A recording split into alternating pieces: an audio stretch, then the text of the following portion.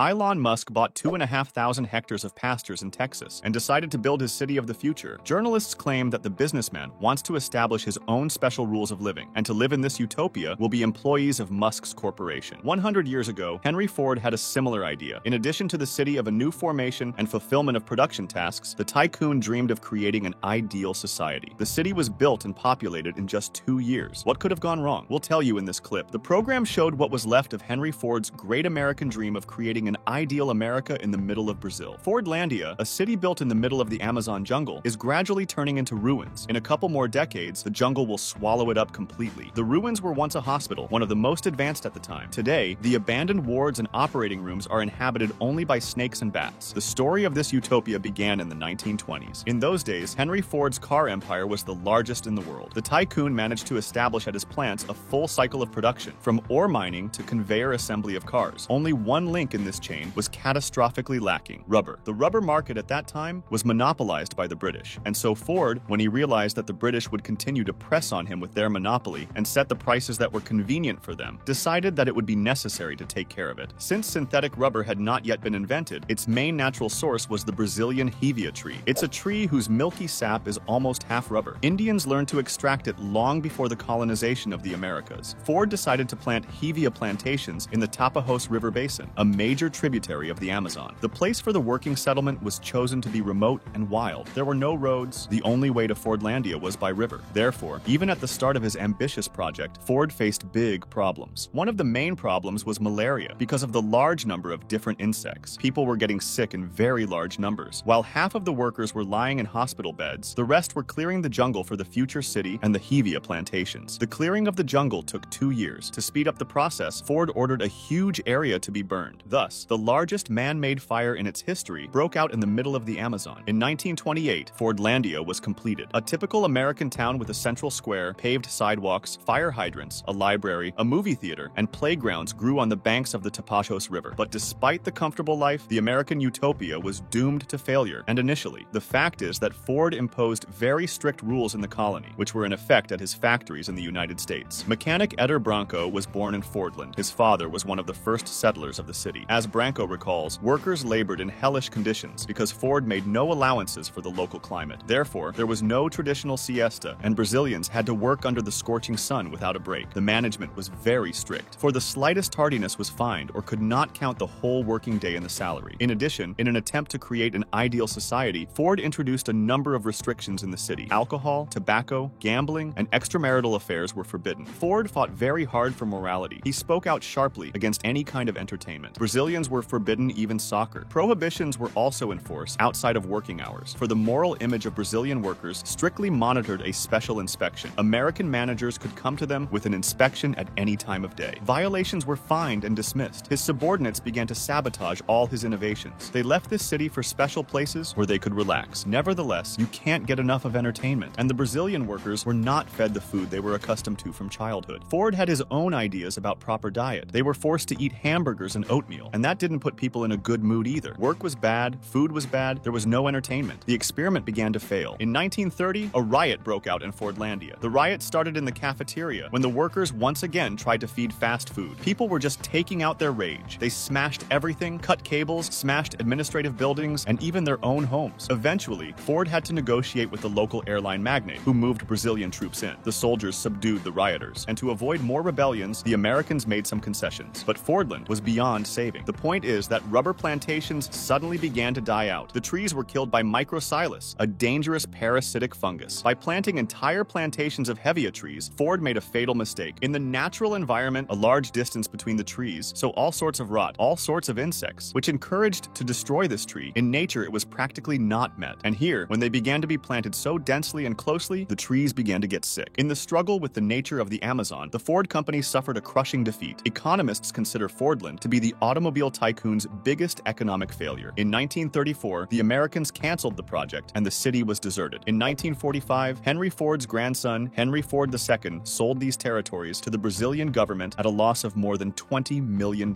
At today's exchange rate, that's about $300 million.